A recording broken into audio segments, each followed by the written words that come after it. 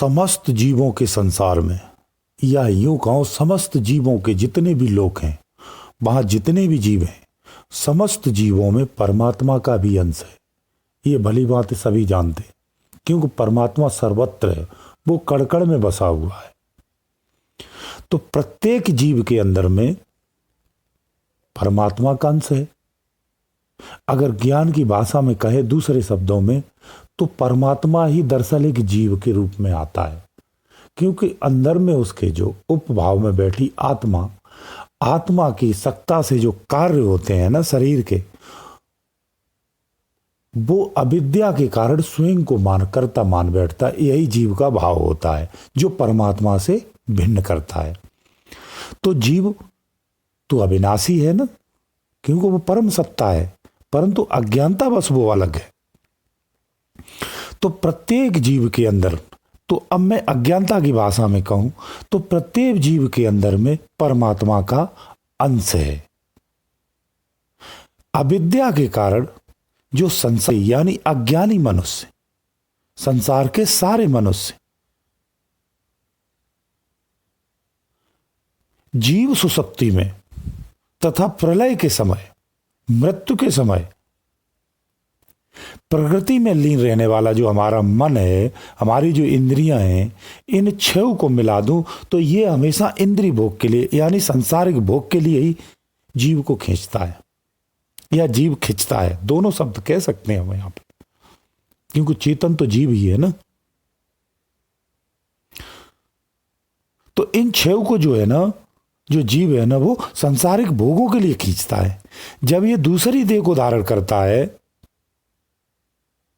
और इस वर्तमान देह को छोड़ता है, तब अपनी पहली देह के मन और इंद्रियों को साथ में लेकर के दूसरे शरीर में प्रवेश करता है। ध्यान रखना ये चीज। उसके पास यानी वो सारी वासनाएं रहती हैं, क्योंकि मैंने आपको बताया ना, स्थूल शरीर व्यक्ति का मरता है, सूक्ष्म तो रहता है ना।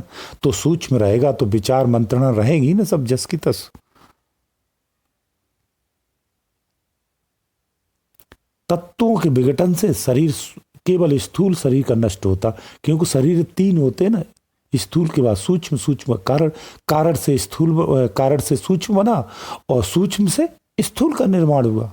तो केवल स्थूल का परिवर्तन होता है, सूक्ष्म तो जस का तस ही रहता है। तो जब ये दूसरे शरीर में प्रवेश करता है तो अपनी सारी भोग और विलासिताओं को लेके आता है, यानी अपने मन और इंद्रियों को साथ में लेकर के आता है। कैसे? ऐसे एक उदाहरण से आप समझना, बहुत बारीकी से बता रहा हूं। जैसे एक हवा है, एक पवन है, एक गार्डन से सुंदर बगीचा जिसमें सुंदर फूल लगे, वहां से एक हवा गुजरी, तो उसमें खूबसूरत जो पुष्प थे उनकी हवा जो है ना खुशबू लेके जा रही है। तो उन हवा को लेकर के वे दूसरे गार्डन में घुस गई और उस गार्डन को जाके खूबसूरत बना दिया या सुगंधित बना दिया। इसी तरह ये आत्मा अपने भावनाओं को लेकर के, अपनी वासनाओं को लेकर के, मन को लेकर के, अपने और इंद्रियों को लेकर के दूसरे शरीर में प्रवेश कर जाती है। इसलिए इसका कहते हैं ना, प्रारब्ध इसके साथ रहता है, कर्मफल इसके साथ फिर जुड़ा रहता है। सारे जीव, कान, आंख, त्वचा, जीवा, नासिका और मन, इन सबके सहायता से ही तो विषयों को भोगते हैं। तो ये जो जीव होता है ना, ये गुणयुक्त देह को फिर कैसे छोड़ सकता है? नहीं छोड़ सकता है, कदापि नहीं छोड़ सकता है।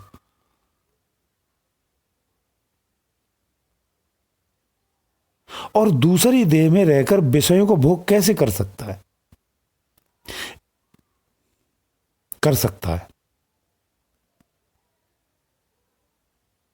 इन बातों को लेकिन जो मूढ़ व्यक्ति, अज्ञानी व्यक्ति होते हैं, वो नहीं देख सकते। वे ही देख सकते हैं जिनके ज्ञान नेत्र खुले हुए हैं।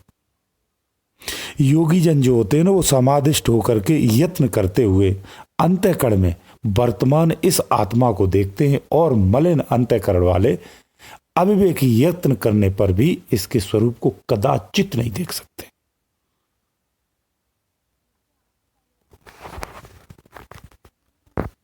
गुरुदेव दयालु।